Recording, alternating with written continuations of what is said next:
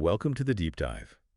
We're jumping straight in today with a topic that's, well, fundamental, but sometimes gets a bit lost in the shuffle. The really powerful link between nutrition and wound care, especially pressure injuries. It's more than just calories, isn't it? It's about how our bodies actually use nutrients to prevent damage and repair themselves. Exactly. So this deep dive is really for you, the listener, who wants to understand the nuts and bolts of how diet impacts prevention and healing.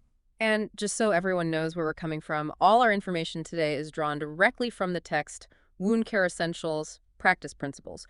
We're focusing specifically on the nutrition and wound care chapter. Right. Solid ground. Absolutely. So it's all based on established guidelines, current research. Perfect. So our mission is to pull out the really key nutritional insights for wound care, give you actionable knowledge without drowning you in detail. We'll look at why nutrition is so foundational, how to spot risks, and importantly, what interventions actually work based on the evidence. All right. That's good. Let's get started. Okay, so first things first, this foundational role. Right. At its core, you absolutely have to recognize that nutrition and hydration aren't just like helpful add-ons. They are essential, both for preventing wounds from even starting and for treating them effectively when they do happen. It's like the basic building material. Precisely. Think of it as the fabric for healthy skin. And when we talk prevention, the goal is pretty clear. Screen for that malnutrition risk and then step in appropriately. And it's not just for people who already have wounds, right? This assessment piece. No, absolutely not. That's so important. A detailed nutrition assessment is just as critical for people we identify as being at high risk of developing pressure injuries.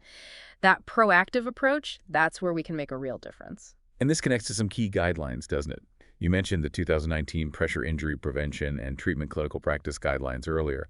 Why are they so significant? Ah, yes. Those guidelines are huge because they come from a collaboration of the big international players, EPUAP in Europe, NPIAP in the US, and PPPIA in the Pan-Pacific region. What makes them so valuable is they are heavily evidence-based.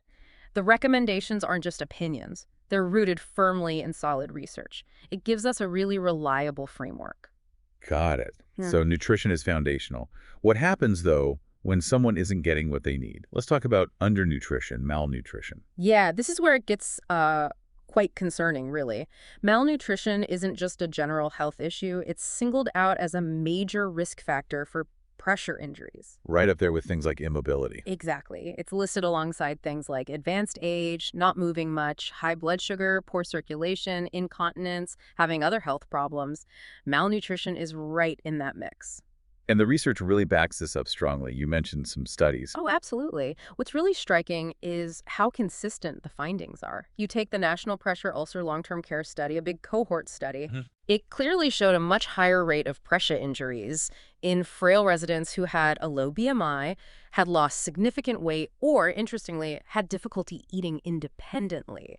That really makes you think about addressing nutrition early. It really does. And there were others. Yes, that study by Fry and colleagues looking at surgical patients, it found weight loss or having malnutrition before surgery dramatically increased the odds of getting a pressure injury afterwards.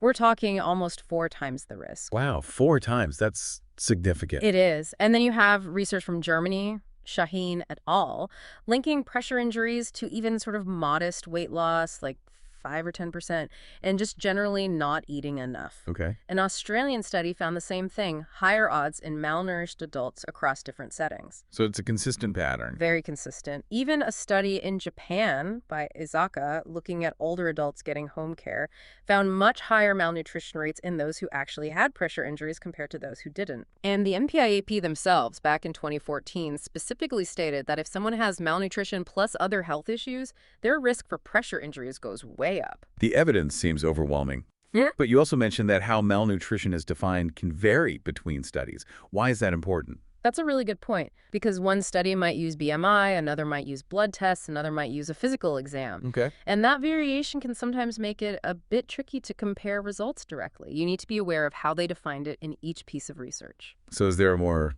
sort of standardized way we should think about it? Well, the Agency for Healthcare Research and Quality, AHRQ, they define malnutrition pretty broadly as a common syndrome linked to higher mortality and needing institutional care.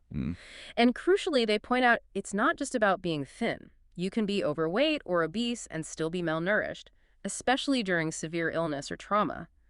That's a key nuance. It really is. Something easily missed. Definitely. And to try and get everyone on the same page, the Academy of Nutrition and Dietetics and ASPN, the American Society for Parenteral and Enteral Nutrition, they've put out consensus characteristics for diagnosing adult malnutrition. Okay, what are they looking for there? They recommend identifying 2 or more specific signs.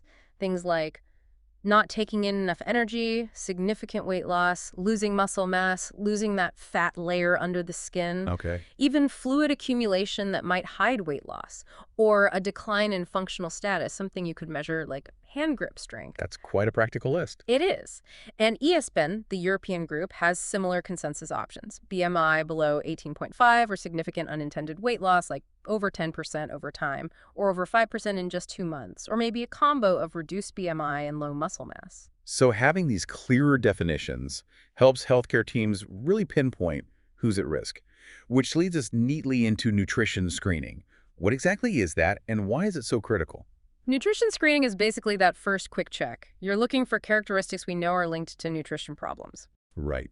The whole point is to quickly identify people who might be malnourished or at risk, so you can then figure out the right next steps, the right interventions. Like an early warning system. Exactly that.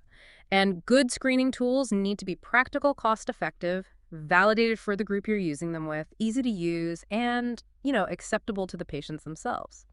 And who actually does the screening? Well, that's flexible. It can be an RDN, a Registered Dietitian Nutritionist, or an NDTR, a nurse, a doctor, other trained health professionals.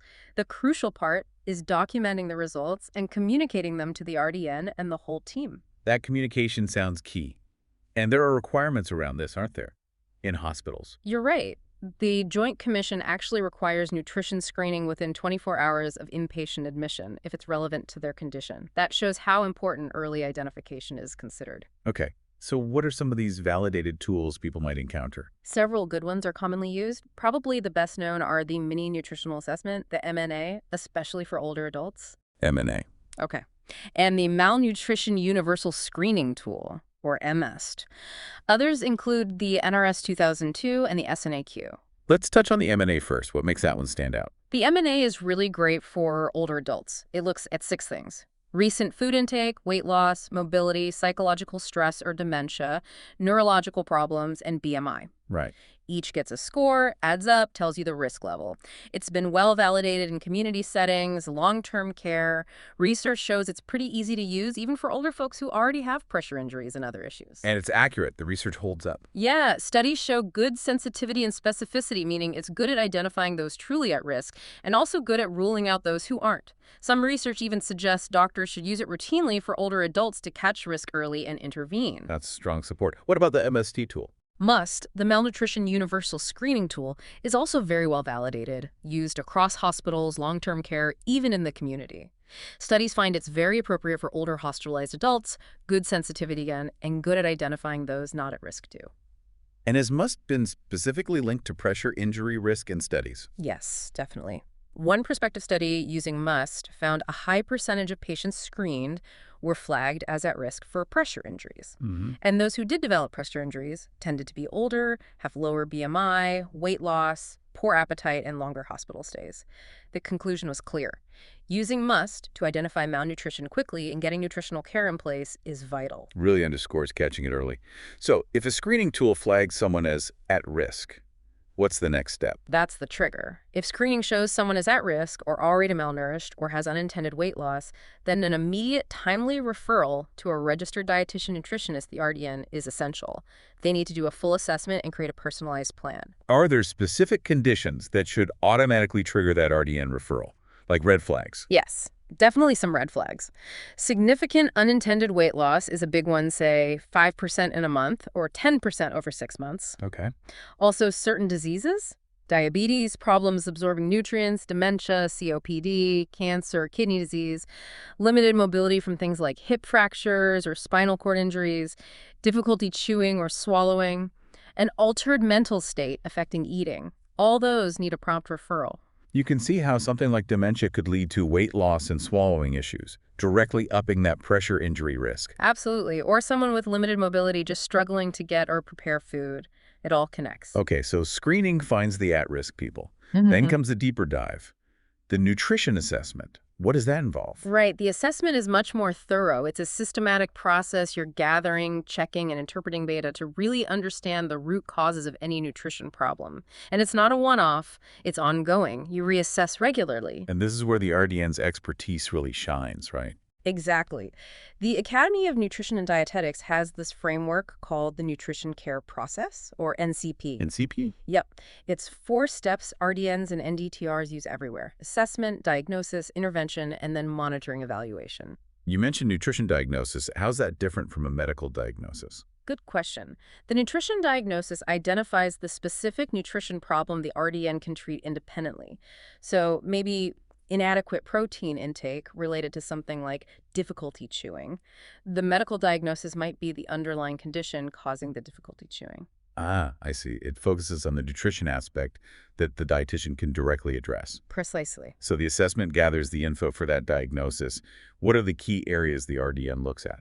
The NCP outlines 5 main domains for assessment: food nutrition-related history, biochemical data, like labs, anthropometric measurements, height, weight, etc., nutrition-focused physical findings, what they see, and client history, medical, social. It also includes that screening data we talked about and input from other disciplines, speech therapy, OT, PT.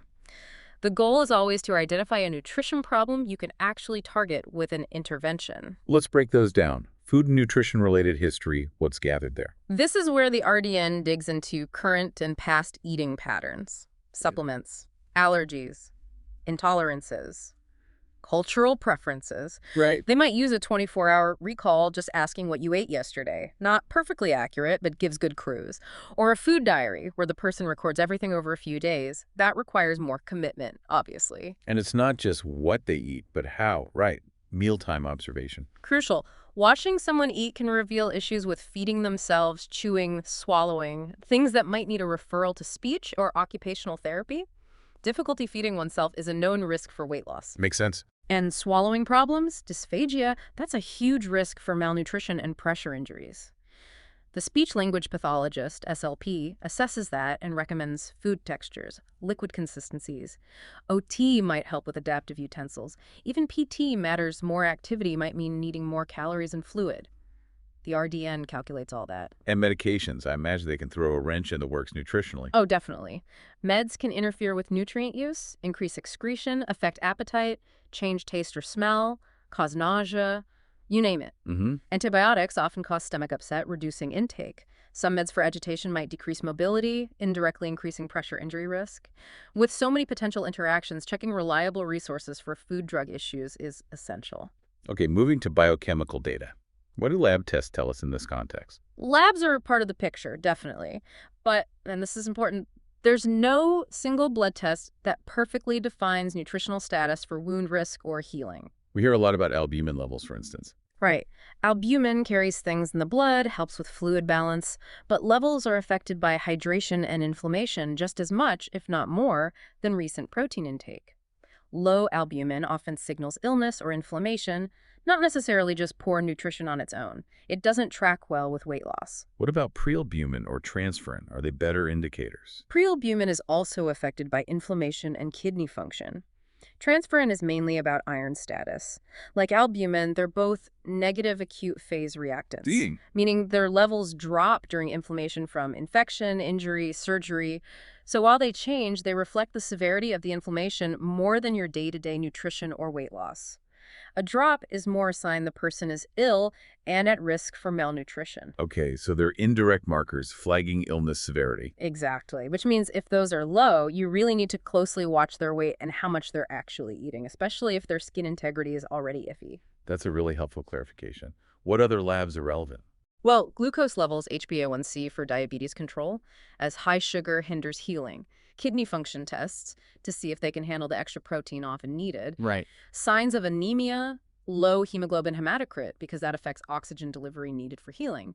Identifying the type of anemia matters for treatment. Yeah. And then hydration status. How do you assess that? Look for risk factors: age, certain conditions. Look for signs: weight loss, dry skin, rapid pulse. And certain lab results can be clues, like high albumin, BUN, sodium concentrated urine. But honestly, Daily weights are a simple, really effective way to monitor hydration day to day. Makes sense. Let's move to anthropometrics, the physical measurements. Right, measuring body size, weight, proportions. Changes here can signal muscle loss or fluid retention. Accurate height and weight are absolutely critical. They're the basis for calculating calorie and protein needs. And consistency is key, I imagine. Totally. Same scale, same time of day, similar clothing. If using a wheelchair scale, subtract the chair weight. Account for casts, braces. BMI is key here too. Under 18.5 is generally underweight. And we watch changes from usual body weight closely. Losing even 5.5% in 30 days is significant. And distinguishing intended versus unintended weight loss. Crucial. Unintended weight loss is a major red flag for malnutrition and increases mortality risk. That 5% in 30 days or 10% in 6 months, those thresholds really matter for predicting adverse outcomes, including pressure injuries. Okay, and the last assessment piece, nutrition-focused physical assessment. What does the RDN look for here? This is the hands-on part. The RDN examines the person for visible signs of malnutrition, looking at overall appearance, but specifically body composition. Like muscle wasting. Exactly. Loss of muscle mass, loss of fat under the skin, maybe seeing loose skin, looking for listlessness, lack of energy, peripheral edema swelling that isn't from heart issues. Changes in hair, dull, dry, sparse, can sometimes indicate protein energy issues. What about the mouth? Definitely check the mouth, missing teeth, bad gums, anything making chewing or swallowing hard. Also consider sensory issues. Poor hearing or vision can impact communication and lead to reduced intake. And older adults are particularly vulnerable here. Yes, very. Decreased mobility, multiple health conditions, maybe poor intake already, natural muscle loss with age. It all adds up. Specific nutritional factors contributing to skin breakdown include protein deficiency causing negative nitrogen balance, anemia affecting oxygen, and dehydration making skin fragile. Plus, immune function declines with age and skin sensation decreases. So all this information, history, labs, measurements, physical exam gets pulled together. Right, it's all documented, and then an individualized interdisciplinary care plan is built. And again, those 2019 EPU via EDP-APA guidelines have specific recommendations for screening, assessment, and care planning that are really useful here. Okay, so we've assessed the risks and needs. Now, let's talk about nutrition's role in the actual healing process. Right, the healing cascade. It's a complex but fascinating process, typically described in 4 overlapping phases. Which are? Hemostasis, stopping the bleeding right away. Then inflammation, the body's initial response. Proliferation, where new tissue starts building. And finally, maturation or remodeling, where that new tissue gets stronger and reorganizes. And nutrition fuels all of this. Absolutely. And the key player across all phases is protein. It's the fundamental building block for repair. But many other nutrients have specific vital roles too, supporting cell growth, collagen production, immune function, energy, everything. There are tables that outline which nutrients are key in each phase. That leads perfectly into the function of specific nutrients. Yeah. We know the big 6 carbs, proteins, fats, vitamins, minerals, water. How do they specifically help with wounds? Well, first off, people who are malnourished, at risk, or already have wounds generally need more calories. Their metabolism ramps up hypermetabolism due to the stress of the injury or wound. The general guideline is around 30-35 calories per kilogram of body weight per day for adults with pressure injuries who are malnourished or at risk. Okay, let's break it down. Carbohydrates. Primary energy source. Should be about 50-60% of intake. Critically, they spare protein, prevent the body from breaking down protein for energy when it's needed for building tissue. Right, you want protein for repair, not fuel. Exactly. And glucose from carbs also fuels collagen synthesis. Best sources are complex carbs, whole grains, fruits, veggies. They bring fiber and micronutrients too. In protein, we know it's crucial. What are the specific intake goals? Protein is about 17% of body weight, mostly lean tissue. Essential for repair, making enzymes, cell multiplication, collagen, everything. You need enough for a positive nitrogen balance, which is linked to better healing. And the numbers. General RDA is bifunctional 0.8 grams per kilogram per day for adults, but for older adults, maybe 1.0, 1.2 g kilograms helps maintain muscle better. For severe injury, some suggest up to 2.0 d kilograms. The 2019 guidelines specifically recommend 1.25 to 1.5 g kilograms for adults with pressure injuries who are malnourished or at risk. That's quite a bit higher than the standard RDA. It is. But you always need clinical judgment. Consider kidney function, other conditions. Good sources are lean meats, poultry, fish, low-fat dairy. Oral nutritional supplements, ONS, are often used to boost intake too. Any specific amino acids that become extra important? Yes, during stress, some amino acids like glutamine, cysteine, and arginine become conditionally indispensable. Arginine, for example, stimulates growth factors, helps immunity, and boosts collagen. Studies using supplements enriched with protein, arginine, zinc, and antioxidants have shown improved pressure injury healing. Okay. What about fats? Concentrated energy source, reserve fuel. Aim for about 20–25% of calories. Focus on healthier, unsaturated fats from vegetable oils, nuts, seeds, fatty fish. They're also part of cell structure. Now for the micronutrients. Fat-soluble vitamins first, A, D, E, K. Right, stored in the body, so toxicity is a potential risk with high doses. Older adults might need extra calcium, D, and B12. Vitamin A is important for skin integrity and the inflammatory response, stimulating collagen. Deficiency delays healing, but mega doses probably don't accelerate it much. Vitamin E is an antioxidant, but doesn't seem to actively promote wound healing. And water-soluble vitamin C and the B vitamins. Vitamin C is crucial antioxidant, essential for collagen synthesis, helps absorb iron and copper, supports immunity. Deficiency definitely delays healing and lowers infection resistance. But interestingly, there's no strong evidence that taking more than the daily requirement, 79 milliliter, helps further. Okay. B vitamins are coenzymes for energy. B6 helps immunity, red blood cells. Thiamine, riboflavin help collagen cross-linking, but their specific effect on pressure injuries isn't proven. What about key minerals? Zinc, copper, iron. Yes, important ones. Zinc is a cofactor for enzymes involved in collagen, protein metabolism, vitamin A release, clotting, immunity, you name it. Can you become deficient easily? Yes, deficiency can happen fairly quickly with significant wound drainage or poor intake. Albumin transports zinc, so low albumin affects it too. But again, evidence for high-dose zinc supplements speeding healing is weak, and too much zinc can actually hinder healing and mess with copper metabolism. Stick near the DRI, 8–11 milligram. Don't exceed the upper limit, 40 milligram elemental. And copper and iron? Copper is needed for skin and vessel strength. The copper-zinc ratio matters. Iron is vital for hemoglobin, collagen, oxygen transport, making new cells. Deficiency is possible with poor intake or absorption. Generally, if diet's poor or deficiency is suspected, a standard multivitamin providing 100% DRI is a good safety net. Many wound-specific formulas already contain extra micros, so check that before adding more. And we can't forget water. Seems obvious, but critical. Absolutely fundamental. Makes up 60% of body weight. Needed for wound hydration, oxygen perfusion, nutrient transport, waste removal. Increased needs with drainage, fever, vomiting, diarrhea, even some special beds. And remember, food provides a good chunk of our fluid too, not just drinks. Now, do these nutritional needs change much depending on the type of wound? Surgical versus pressure versus chronic? Yeah, there can be differences. Surgical wounds, pressure injuries, other chronic wounds, they have different characteristics. Trauma patients might be younger, healthier than someone with a chronic wound who's often older, has multiple conditions, maybe already malnourished. So the nutrition therapy might vary. It can. For surgical wounds, a common target might be 25–30 kilogram and 1.2 to 2.0 geogram protein post-op. For existing pressure injuries, those guidelines suggest 30–35 kilogram and 1.25–1.5 kilogram protein.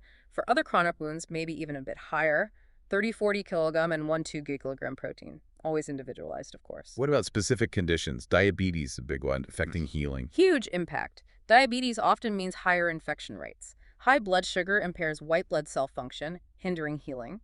HbA1c shows long-term control. Poor control is directly linked to delayed healing, especially things like diabetic foot ulcers. So management is key. Absolutely. Requires a team approach, including RDN education. Interestingly, vitamin D deficiency has also been linked with poor glycemic control and delaying healing. The goal is better glucose and lipid control. No one-size-fits-all diet, but consistent carb intake is important. Anyone with diabetes and a pressure injury needs an RDN consult. What about chronic kidney disease, CKD? That seems complex. Very complex, often comes with many other health issues. CKD diets frequently restrict calories, protein, potassium, phosphorus, sodium, fluid. Which could conflict with wound healing needs. Exactly. Those restrictions can lead to poor intake overall, potentially falling short of the increased needs for healing. The Academy strongly pushes for individualized RDN assessment to balance the CKD restrictions with wound healing needs and patient preferences. It's a delicate balancing act. And obesity. How does that factor in nutritionally? Obesity increases risk of poor healing, wound opening, dehiscence, infections. Fat tissue can outgrow its blood supply, leading to poor oxygen delivery. Metabolic demand is higher too. Very obese individuals have higher surgical risks. So, should they focus on weight loss while healing? Generally, no. While screening for diabetes is important, the guidelines don't really support mandatory pre-op weight loss just for healing. For an obese person with a pressure injury, the focus should initially be on getting adequate protein and calories for healing, not on weight loss. Weight management can be addressed later, after the wound heals. Okay. And lastly, neonates and children. Different needs again. Absolutely. Critically ill kids with wounds often have other issues compromising nutrition. Plus, their basic needs for growth already increase pressure injury risk and can slow healing. So early assessment is key. Vital. Growth assessment is the best indicator. Weight, length, head circumference, growth charts. A pediatric RDN should assess weekly if critically ill. The plan needs to be a highly individualized feeding method, monitoring, supplements, caregiver support. Energy protein needs reassessed often. Hydration is crucial. Tube feeding might be needed if oral isn't enough. There are pediatric formulas, but specific research on macro-micronutrient needs for wound healing in kids is still limited. We've covered identifying needs really well. Now let's talk practical interventions. How do we support healing? Okay, intervention strategies. First is estimating calorie needs. Indirect calorimetry is the gold standard for measuring energy expenditure, but it's not always practical. So we use equations. Right, like Harris-Benedict or Mifflin-St. Jean. Their accuracy varies, especially in obesity or undernutrition, so clinical judgment is key. But managing undernutrition is absolutely critical for healing. Those 2019 guidelines provide good starting points for recommendations. And if someone just isn't eating enough regular food, how do we boost oral intake? Several strategies work well. Oral nutritional supplements, ONSs, between meals are common. They provide concentrated calories, protein, vitamins, minerals. Do they make a difference? Yes. Research shows high-protein ONSs significantly reduce pressure injury development versus standard care, and they're linked to better healing rates in those who already have them. Timing might matter between meals, might improve absorption. What else besides supplements? Fortifying regular foods, adding powdered milk to things, for example, offering small, frequent, nutrient-dense meals and snacks, tailoring things to cultural or personal preferences. Variety helps prevent supplement fatigue. And addressing why they're not eating. Essential. Emotional issues, physical barriers, bad smells, need a quiet environment, cognitive impairment needing cues. Also, physically, can they eat? Fatigue. Can they get food to their mouth? Need special utensils? Vision issues, chewing, swallowing problems. That might mean involving OT or SLP. What about restricted diets, like low sodium? Palatability is key. An RDN should assess if the restrictions are hindering intake. And don't forget fluids. Offer them often. Be creative: ice pops, soup. Offer drinks after therapy when they might be thirsty. But sometimes oral intake just isn't enough or isn't possible. That's where enteral or parenteral support comes in. Exactly. If someone can't eat enough or has major chewing, swallowing, or absorption issues, nutrition support, tube feeding, enteral, or IV nutrition, parenteral, might be needed to achieve positive nitrogen balance.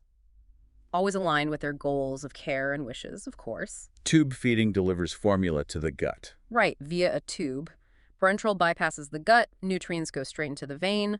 Research on enteral feeding specifically preventing pressure injuries is limited, but some studies show improved healing of existing ones with adequate calorie protein via tube feeding. But you have to weigh benefits against risks complications can occur. Some studies even show more complications than with oral diets. This touches on a very sensitive area: palliative, end-of-life, hospice care.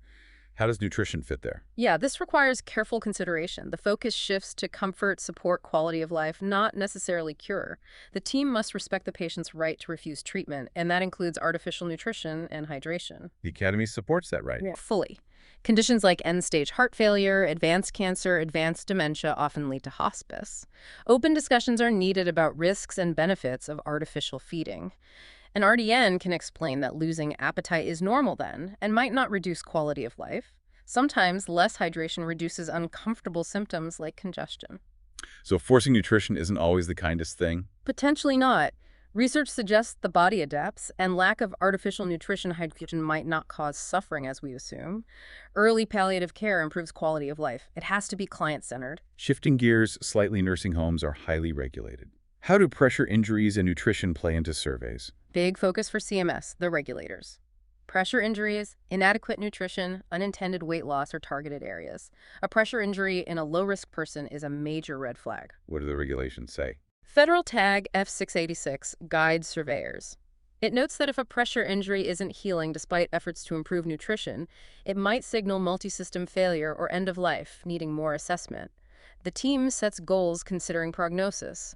CMS also notes no single lab test is definitive for monitoring nutrition, and not all risk factors are modifiable. What about risk assessment tools like the Braden scale? Widely used, research on its nutrition subscale found meal intake often matched the risk score, suggesting it can offer useful preliminary screening info if used carefully. Finally, documentation. What needs to be in the medical record? Needs to be thorough. Amount, quality of food eaten, fluid intake, percentage of supplements, snacks taken, ability to self-feed, acceptance refusal, weight changes, new conditions, meds affecting nutrition, relevant labs, wound status progress, current needs estimates, monitoring evaluation, and any education provided. It's a lot, but crucial. Okay, bringing this all together, a huge amount of vital information. What's the absolute core message for our listeners? I think the key takeaway is that nutrition isn't just secondary. It's not just nice to have. It is a fundamental pillar for both preventing pressure injuries and actively healing them. Understanding the nuances, the needs, the screening, the assessment, the interventions empowers you, the listener, to be proactive and make a real impact on care. A really critical message, which leads us to a final thought for you to ponder. Given all this strong evidence we've discussed, how can we, collectively, make sure that robust nutritional assessment and support become truly standard, integrated parts of all wound care? And what do you see as the biggest hurdles to actually achieving that consistency? That's the challenge, isn't it? This deep dive gave a broad overview, but every single piece, specific nutrient functions, needs for different wounds, assessment techniques, offers avenues for deeper learning. We'd really encourage you to look into those guidelines we mentioned, EPAP, NPIAP, PPPIA, for even more detailed recommendations to build on what we've talked about today.